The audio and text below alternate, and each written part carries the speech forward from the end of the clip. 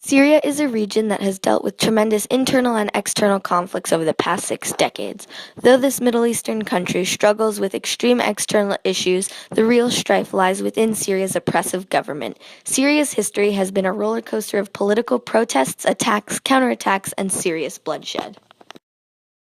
In 1961, dissatisfied Syrian army officials composed a military coup in hopes of lessening the domination of Egyptian involvement in the United Arab Republic. The Syrian soldiers took control of Damascus, the capital city of Syria, thus dissolving the Union. In 1963, after army officers gained control of Damascus, power was given to the Ba'athist cabinet and President Amin al-Hafez.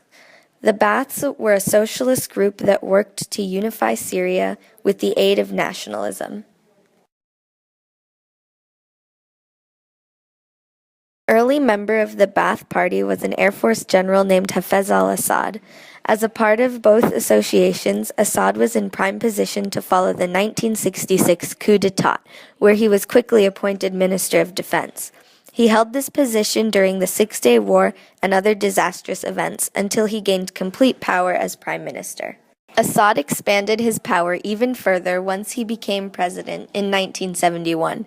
Many Syrians both feared and respected him as he stabilized the country's economic and political forces by advocating secularism, women's rights, and Syrian nationalism.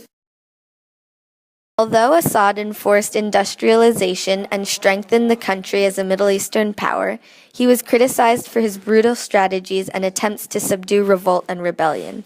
As more Muslim groups continued to rebel against Assad's reign, he became less patient and more violent in his peace methods.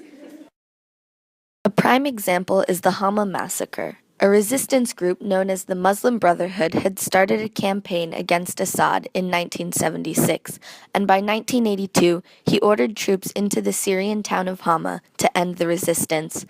An estimated 10,000 to 25,000 people were massacred during the operation.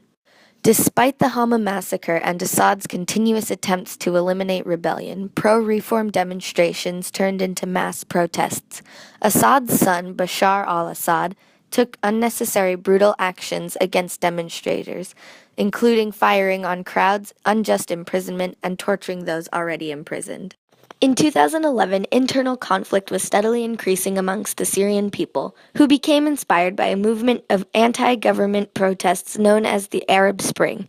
The Syrian people demanded many things from Bashar al-Assad, including reform, the freedom of political prisoners, and even his own resignation. Due to the increasing number of uprisings and protests, Assad started ordering troops to destroy opposition in cities such as Aleppo and Damascus.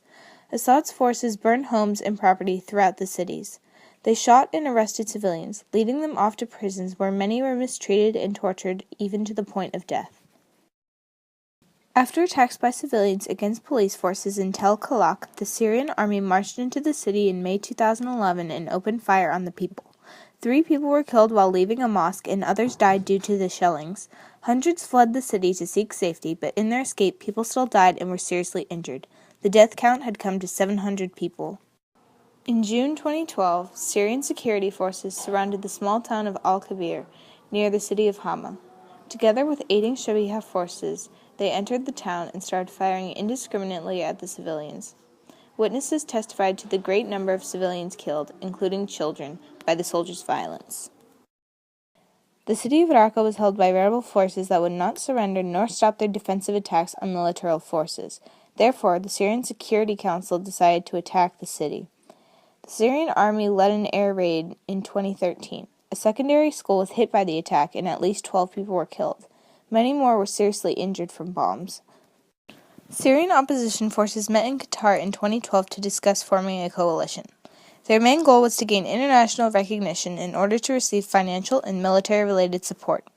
Soon after, the U.S. recognized the National Coalition for Syrian Revolutionary and Opposition Forces as the legitimate representative for the Syrian people.